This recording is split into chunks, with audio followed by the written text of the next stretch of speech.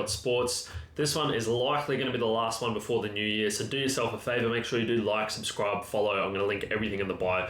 Do yourself a favour for Christmas. Make sure you get all the content by following, subscribing and everything. I do appreciate all the support. It has been a massive year, so a week or two break over Christmas and New Year's probably a little bit needed for me, a little bit of a refresh, but the support doesn't go unnoticed. Still pushing for those 500 subscribers, so greatly appreciate it if you do hit that subscribe button. So yeah, week off definitely next week for Christmas anyway. I'm going to be away seeing family and all that sort of jazz. If I get the opportunity to record on the Tuesday before New Year's, you might get a New Year's Day video, so we'll see how that goes. But getting straight into the sport, so the 18th NRL team has been announced, and that is going to be PNG.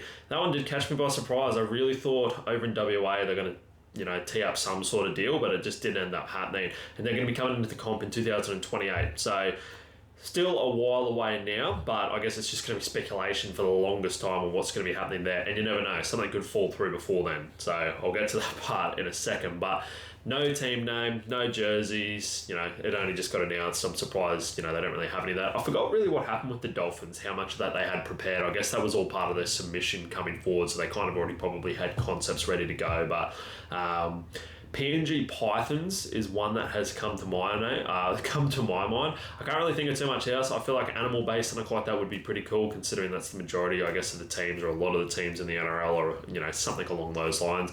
I'm not too sure what they do religion-wise. I did a little bit of a Google, looking at different kind of gods or whatever else. Maybe that could be tied into something. I think that would be really cool, but I'm sure they're going to come up with something really, really sweet. I think their jersey has massive potential to be sweet as well. But apparently, it was a $600 million deal made with the Australian government to get things up and running, so they pretty much said, yep, sweet, here's the money, we'll get you all sorted.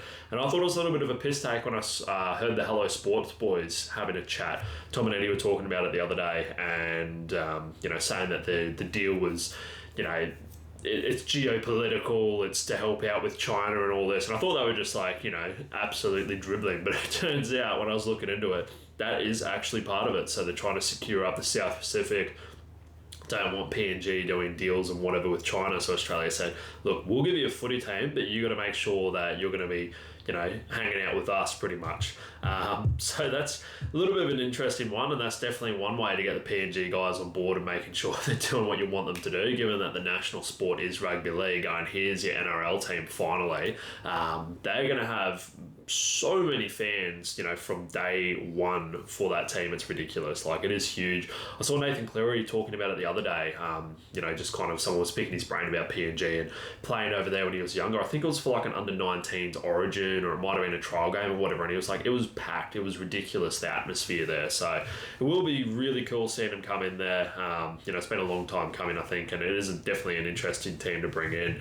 I think, with the deal, though, Australia pretty much said to PNG, if you don't agree to, I guess, the political side of things, that you could pull this deal at any time, stop the funding, stop the support. So that could potentially happen prior if the Australian government, or at least how I'm interpreting it, if the Australian government sees that they're not, living up to their end of the deal, they might just pull the pin on it. So I'm sure PNG will be okay with that. I think their president or prime minister, or whatever they have, is no, that's definitely not going to happen. We're not going to put the rugby league team at risk, and go from there. So yeah, it'll be interesting to see how they go. I think they are going to struggle to get talent over there a little bit.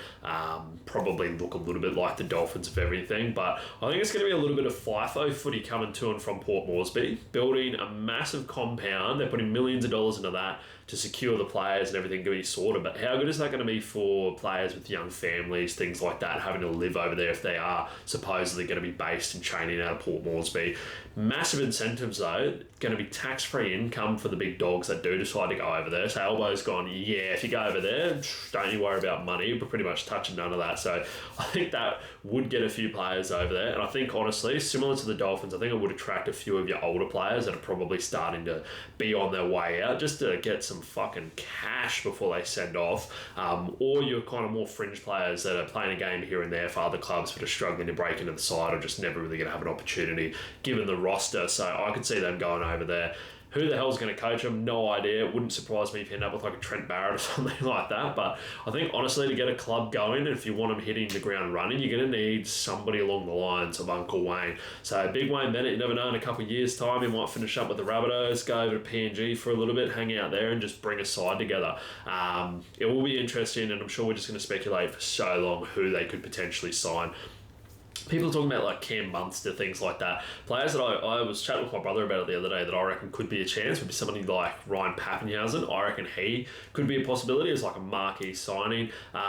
It'd be hilarious if they somehow got a player like DC to play in 2028. He's like 40 years old, just running out for PNG. But no, I think it's going to be a lot of your Jack DeBellins, guys like that, people that are already playing in the PNG international team are probably going to be a part of that. You'd surely think guys like Robert Derby are going to be there, but it's going to be an interesting one, but it is a long way away, and you never know, there could be other teams potentially brought in either before, surely you wouldn't think before, but potentially announced as well to become the 19th and maybe even the 20th team. So a lot of people have been chatting about like the South Island and New Zealand, and you know, we know that they're starting to really build up in the community over there for rugby league, so it'd be good to see. I think it was like South Island Kiers or something like that, but there's a million different things that you can do with them. WA and obviously kind of like North Sydney Bears or whatever, trying to get something sorted, so that could be a 19 and 20 right there, or it could be something really outrageous like trying to set up an American-based team. Well, yeah, not American-based, that's going to be impossible, obviously, going to and fro, but you know, having these players come across or something like that, I don't know, it could be something really, really out there. That would be at the far end of things, but I think that is something that they will be targeting eventually. They're going to be, you know, really working towards. And I am having thoughts right now as well. Hopefully this microphone is working, so I'll cry if it's not. I know I keep saying that. Over the Christmas break, I'm going to buy another one, probably buy a camera, because I've just been using my phone. Does the job, don't get me wrong, but would be nice if we had something a little bit better. Hopefully the lighting's not too bad. It is fucking overcast as hell in Brisbane and ridiculously rainy, so not a whole lot of natural light coming through, unfortunately. Now, speaking more of Brisbane, Benny Hunt, he's been seen in the Broncos gear. The Broncos, they've been over on Tangalooma, just kind of having a little bit of a fun time or whatever before they go on their break. I'm not going to chat too much about it because I know I've been flogging Ben Hunt for the last, it feels like 6 months at this point, but life has returned to him. He looks like a fully rejuvenated bloke being back in Queensland into the Broncos gear. All the photos coming out do look a bit funny. He does look like a school teacher on a school trip about to give the boys a spray for getting up to mischief. He's probably like, 10 years older than a lot of those fellas in the team. It's probably like him and Renault. 10 years, the rest of them. So I think I'm honestly going to explode once they have official photos of him in the full Broncos jersey and kit come out. That is just going to be too much for me. It's going to send the Broncos fans into a frenzy, and I can't wait to see it. But glad to see him back.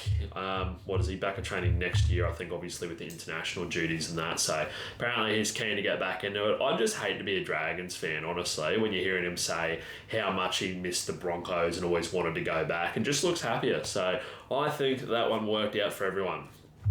Now, jumping into the world of cricket. So I went on Saturday to the first day of the test match between Australia and India at the Gabba. That one might as well have been the Gabba Aquatic Centre. It was that bloody wet. I think it was about 12 or so. It was just kind of on and off. You know, covers coming on, and by then I was like, oh, this is definitely not going to be, it's definitely not going to be stopping. You look out. Now, Gabba does have exceptionally well, you know, draining field and pitch. Like that just left for 20, 30 minutes, 40 minutes is going to be like nothing ever happened. But there was about this much water, I think, out there on the field. So we're like, nah, pulled the pins. I was there with my old man and my brother, and we're just like, no, let's head out of here. And yeah, I think the weather's pretty much been India's best player outside of Boomer at this point. That's about the only thing going for them. But got so many come-ons as well. Wore my black punters and dribblers hat, so I bust that out every now and again. And yeah, got good amount of reception for that. Did run into all those lads that were dressed up as the groundsmen for the Gabba groundsmen. That was just elite stuff. Love to see that. Had a bit of a yarn with them, but yeah, that was a classic little group set up there. And as you do when play stops, you end up at the casino. So we bailed out of there like about lunchtime, like I said, ended up across the road there at the Gabba. You're running through like ankle deep water just about. The rest of us was all right, but the fucking feet were soaked. A bit of trench foot was coming on. It was just gross stuff. Managed to get in an Uber, go around to the new Star Casino. I think that's like the second time I've been there now. We needed a feed, went and had a feed at the sports bar. Biggest screens you're ever going to see in your entire life. It was ridiculous. The amount of different sports and that they had on is great. So I can imagine once the footy season rolls around, if you can't get to a game and you're in Brisbane, that is going to be a mint spot to go watch it. Food was pretty good. I'd love to go suss out some of the restaurants there. I had quite a few people ask me, what it was like and all that, but it was pretty cool there in the sports bar. I didn't even realise it was there, but they had this massive big Broncos mural. If I've got a photo of it, I might chuck it up on the screen as well, but I think it basically covered all the captains and that, which was pretty sweet, the different premierships and whatever else, so that was really cool to see there. And then the second day for the cricket was just elite viewing. Australia, again, looking to put India to the sword. They just went after them. Stoked to see Smudge rack up some runs. It has been a while. There's been so much chatter about him. He hasn't been able to go too well.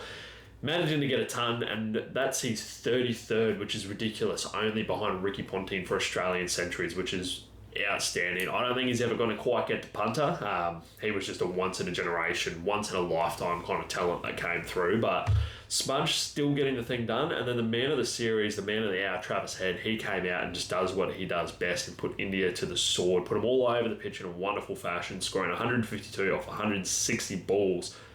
He just gets after them. He's so much fun to watch. He's so aggressive. There is no defensive-minded batting at all for Travis Head. So, yeah, it's great to see. Travis Head, he's going to be a Bollywood villain for years to come with what he's done to India.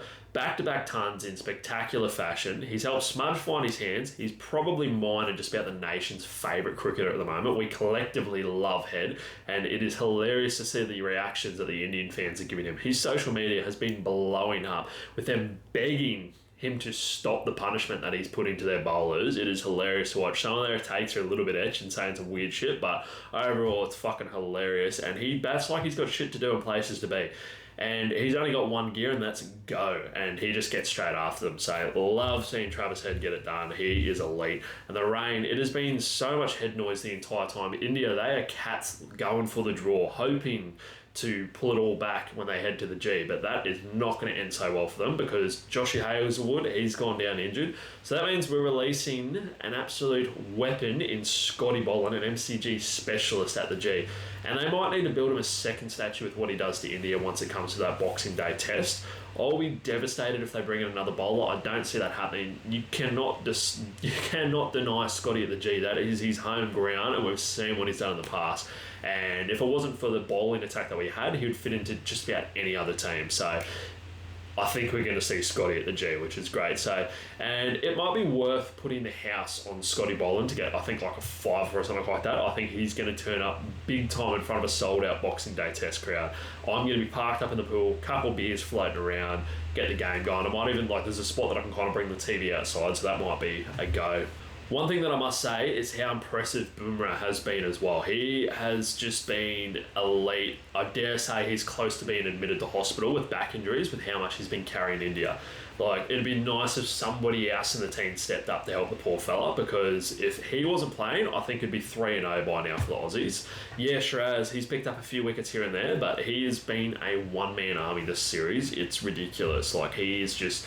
Paul McSweeney's got to go out for his debut and face that guy. That's just ridiculous. He's picked up all of our good wickets, just a monster. And safe to say the batsmen haven't been the one out there helping him get it done. I guess Kohli did get 100 in that first one, but outside of that, hasn't been a whole lot going on. But it's just so nice seeing the cricket back on.